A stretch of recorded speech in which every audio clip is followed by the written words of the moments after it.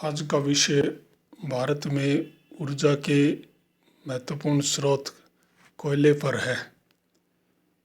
कोयला ऊर्जा का स्रोत शुरू से रहा है, यद्यपि इसके उपयोग का स्वरूप बदलता रहा है। पहले इसका उपयोग उद्योगों में अधिक किया जा रहा था। औद्योगिक क्रांति का आधार कोयला ही रहा, किंतु आजकल इसका उपयोग विद्युत उत्पादन, उर्वरक निर्माण, धातु को पिघालने और अन्य कृत्रिम रसायन आधारित केमिकल इंडस्ट्रीज जो हैं उनके जो उत्पाद हैं, जैसे टॉयलेट में, बाथरूम में यूज़ होने वाले कॉस्मेटिक्स वगैरह, नायलॉन, अमोनिया और ऐसी हजारों विभिन्न रासायनिक उद्योग पर आधारित विभिन्न उत्पादों को कोयले से भी बनाया जाता है। पेट्रोलियम से भी बनते हैं और कोयले से भी बनते हैं। कोयले के प्रकारों को हम कई रूपों में बांट सकते हैं, जिसका आधार कोयले में कार्बन की मात्रा, जलवाष्प की मात्रा और ज्वलनशील द्रव्य की मात्रा का है। उसको आधार बनाकर कोयले के विभिन्न प्रकारों को हम बांटते हैं। पहला पीट है, जो अर्ध विकसित कोयला होता है, अर्ध निर्मित। कोयले के निर्माण की प्रारंभिक अवस्था, इसमें जलवाष्प अधिक है, कार्बन बहुत कम होते हैं, 20% से भी कम। कोई घरेलू उपयोग में थोड़ा बहुत इनका उपयोग कर सकते हैं पीट का। दूसरा है लिग्नाइट, जो भूरे रंग का होता है, भूरा कोयला भी कहलाता है। इसमें अपेक्षाकृत अधिक दबाव व ऊष्मा के पर्यावरण में कार्बन की मात्रा बढ़ जाती है, फिर भी वो 29% से कम रहती है, और जलवाष्प ज़्यादा रहते हैं 35% से। तो इसमें धुआं और राख ज़्यादा उत्पन्न होती है, लेकिन ताप विद्युत घरों में इसका उपयोग किया जाता है आजकल लिग्नाइट कोयले का, भूरे कोयले का। तीसरा है बिटुमिनस कोयला। यह औद्योगिक प्रक्रियाओं में सबसे ज़्यादा प्रयुक्त होने वाला कोयला है। काला और चमकदार होता है। धुआं और राख दोनों ये कम मात्रा में उत्पन्न होती हैं इससे।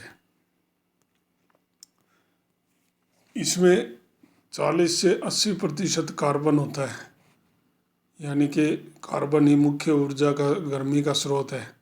नमी 11% से कम होती है, और ज्वलनशील पदार्थ या द्रव्य भी 15 से 40% होते हैं। इसे सब बिटुमिनस, सेमी बिटुमिनस आदि वर्गों में, उपवर्गों में बांटते हैं, इसमें कार्बन की मात्रा के अनुसार। फिर एंथ्रेसाइट कोयला, जो जिसमें सबसे ज़्यादा कार्बन होता है, सबसे ज़्यादा गर्मी देने में सक्षम है। यह कठोर भी होता है, घनीभूत होता है, डेंस, चमकदार होता है, रवेदार होता है और भंगुर होता है। नमी बहुत कम होती है, 1% से भी कम। ज़्यादा दबाव और तापमान, यानी जब वनस्पति अत्यंत गहराई पर ज़्यादा दबाव और तापमान की दशाओं में परिवर्तित होती है, तो सबसे ज़्यादा दबाव और तापमान से एंथ्रेसाइट बनेगा। वाष्पशील द्रव्य इसमें नहीं होते हैं, कार्बन 95% के आसपास होता है, इसलिए इसमें धुआं नहीं निकलता, क्योंकि कार्बन ज़्यादा है, दूसरी अशुद्धियाँ कम है। इसका उपयोग शीत प्रदेशों में मकानों को गर्म करने के लिए किया जाता रहा है। कोयले के भंडार व उत्पादन को देखें तो कोयले के भंडार की दृष्टि से भारत का विश्व में 6ठा स्थान है। करीब 298.90 बिलियन टन भंडार हैं।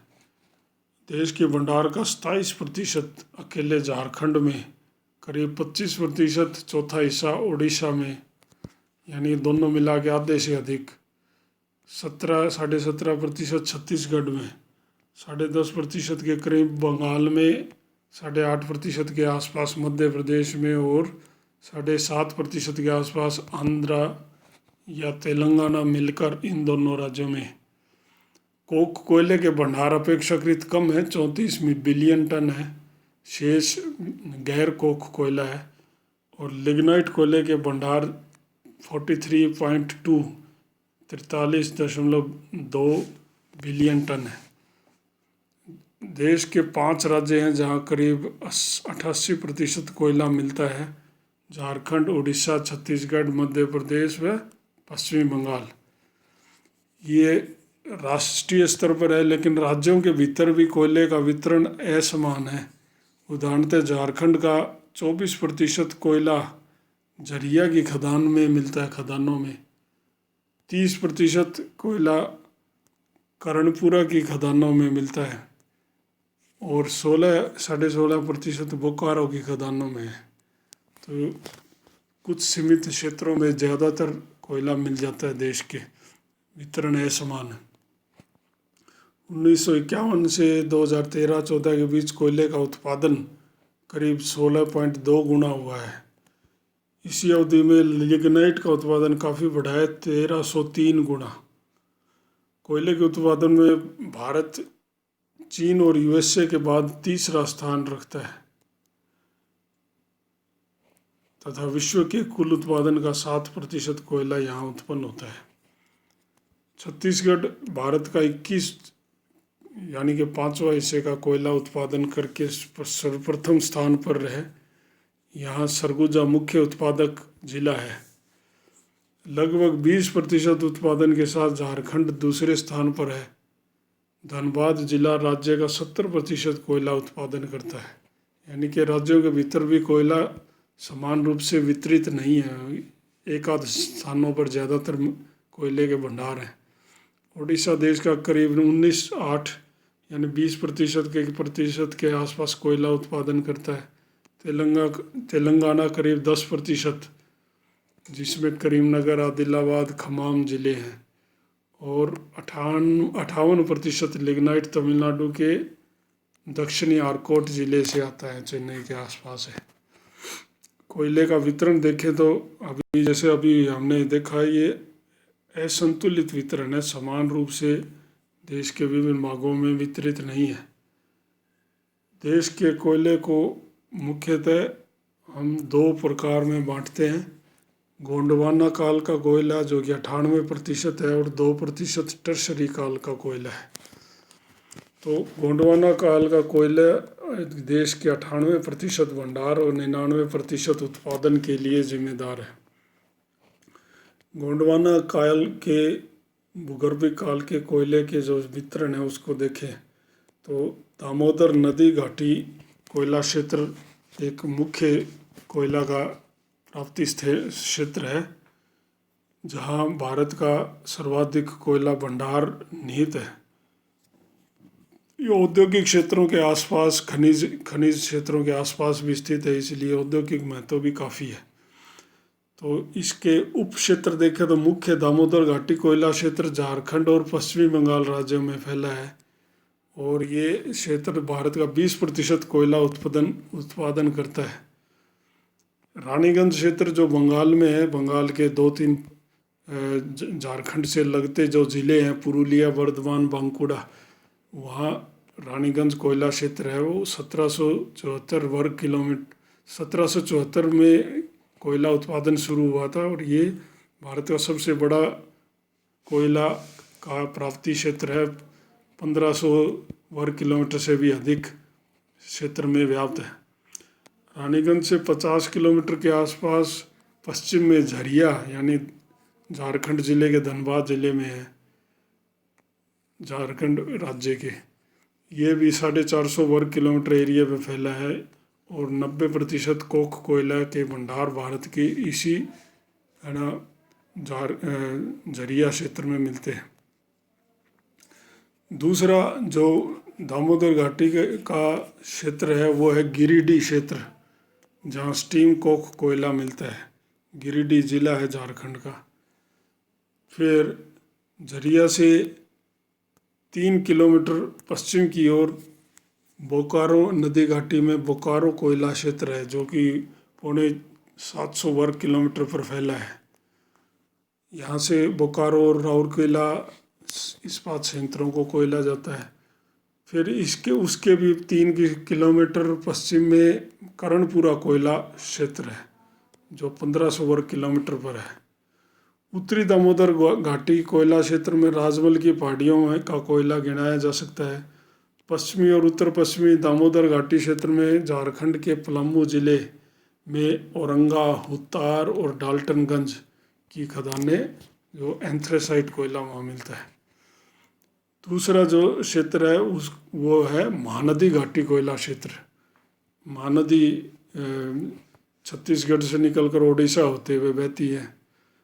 ये मुख्य रूप से ये कोयला क्षेत्र ओडिशा में है और ढेनकनाल जिले का तालचेर कोयला क्षेत्र 500 वर्ग किलोमीटर से भी बड़े क्षेत्र में फैला हुआ है। भारत के सबसे बड़े भंडार यहाँ माने जाते हैं। अन्य जिले संबलपुर और सुंदरगढ़ है। तीसरा कोयला क्षेत्र है गोंडवानाकालीन सोन घाटी कोयला क्षेत्र मध्य प्रदेश में।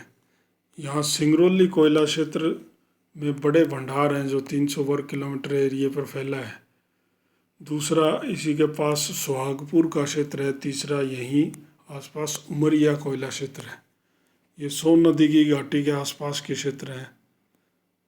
इस कोयले में राख तथा जलवाष्प अधिक होती है, तो ये ताप विद्युत जो है ताप विद्युत उत्पादन के लिए महत्वपूर्ण है।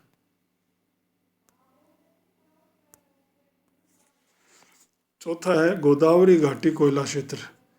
इस क्षेत्र का विस्तार तेलंगाना तथा आंध्र प्रदेश राज्यों में मिलता है। तेलंगाना अलग हो गया, नया राज्य। आदिलाबाद, पश्चिमी गोदावरी, करीमनगर, खम्माम व वारंगल जिलों में जो गोदावरी और उसकी सहायक नदियों में मिलता है, नदी घाटियों में।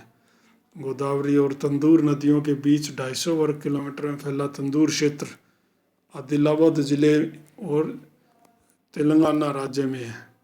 खम्माम जिले में भी महत्वपूर्ण खदानें हैं, जैसे सिंगरेनी और कोठागुडेम नामक जो खदानें।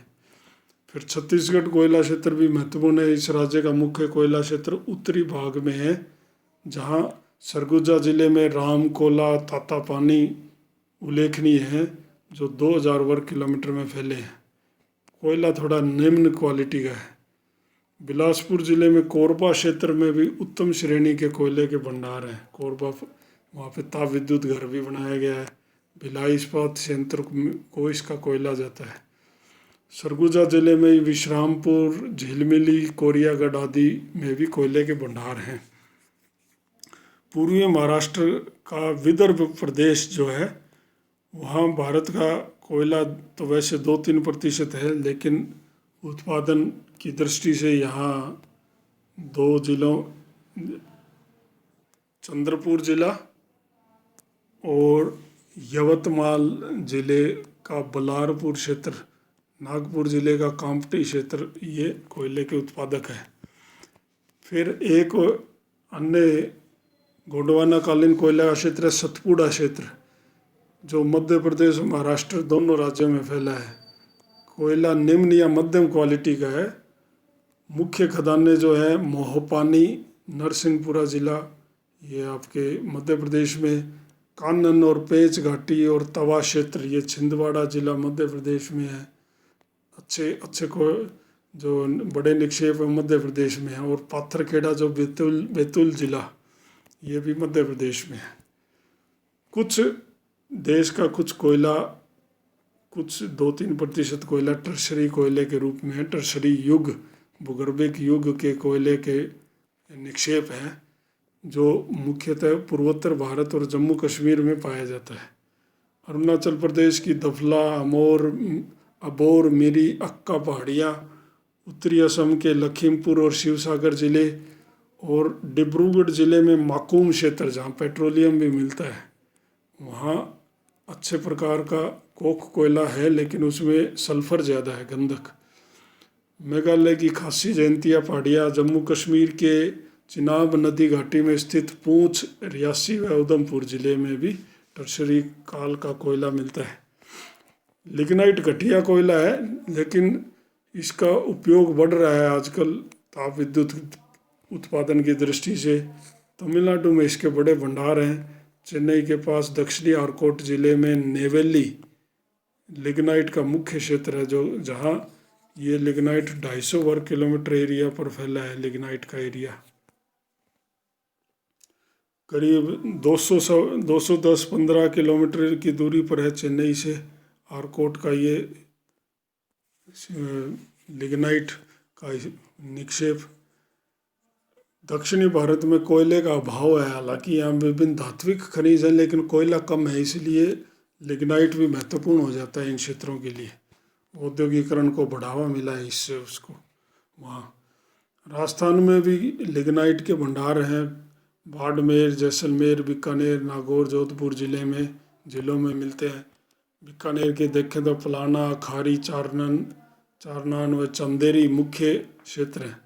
जम्मू कश्मीर में कश्मीर घाटी में कारेवा चट्टानों में भी लिग्नाइट के कुछ निक्षेप हैं।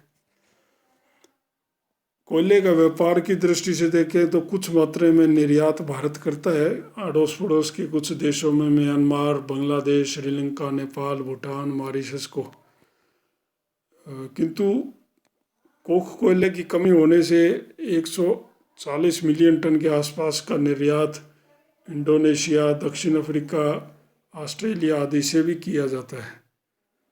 कोक कोयले का है, क्योंकि भारत के कोयले में 20 से 30% राख निकलती है। कोक कोयला उद्योगों में आवश्यक होता है, जो ऊर्जा ज़्यादा दे, राख कम बने। भारत का 3/4 कोयले का उपयोग ताप विद्युत घरों में होता है। 3% कोयला इस्पात उद्योग में, करीब 2.5% कोयला सीमेंट उद्योगों में, आधा प्रतिशत कोयला कागज़ उद्योग में, और बाकी 18% से भी अधिक कोयला मिश्रित उपयोगों जैसे उर्वरक, कोक बनाने में, ईंट भट्टों में, जूट उद्योग में आदि में काम में आता है।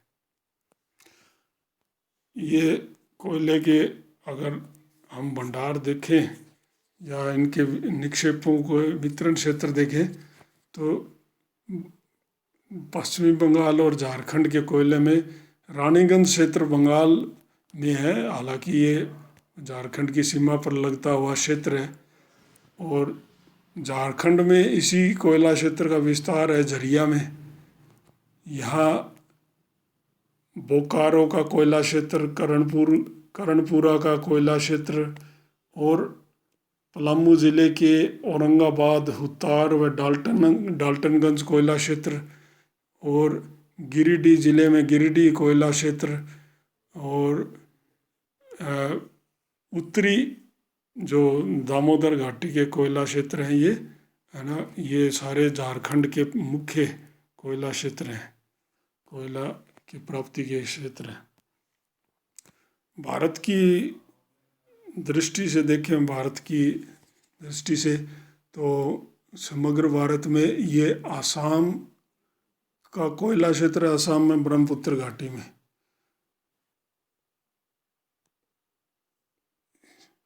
श्रीनगर की घाटी और चिनाब नदी घाटी में भी लिग्नाइट या टर्शरी काल का कोयला है। और राजस्थान में, पश्चिमी राजस्थान के मरुस्थल में भी लिग्नाइट कोयला मिलता है। ऐसा लिग्नाइट कोयला चेन्नई के आसपास नेवेली में भी मिलता है। अन्य जो कोयला क्षेत्र हैं वो आपके मध्य प्रदेश और महाराष्ट्र की सीमा के आसपास के क्षेत्र में, महाराष्ट्र के पूर्वी भाग में नागपुर और वर्धा, ये इन क्षेत्रों में, यानी विदर्भ क्षेत्र के कोयला क्षेत्र, फिर तेलंगाना और कुछ आंध्र प्रदेश में पड़ने वाले गोदावरी और इसकी सहायक नदियों के कोयला क्षेत्र, ये सब गोंडवाना कालीन कोयला क्षेत्र हैं।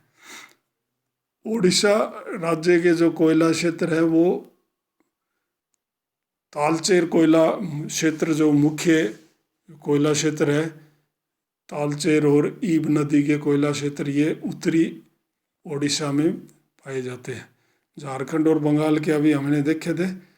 छत्तीसगढ़ राज्य के कोयला क्षेत्र और मध्य प्रदेश के सोन नदी घाटी का कोयला क्षेत्र है यहाँ इस क्षेत्र में। और उत्तरी छत्तीसगढ़ में सरगुजा, बिलासपुर आदि जिलों में गोंडवाना काल के कोयला क्षेत्र पाए जाते हैं। भारत के मुख्य कोयला क्षेत्र का वितरण इस प्रकार है।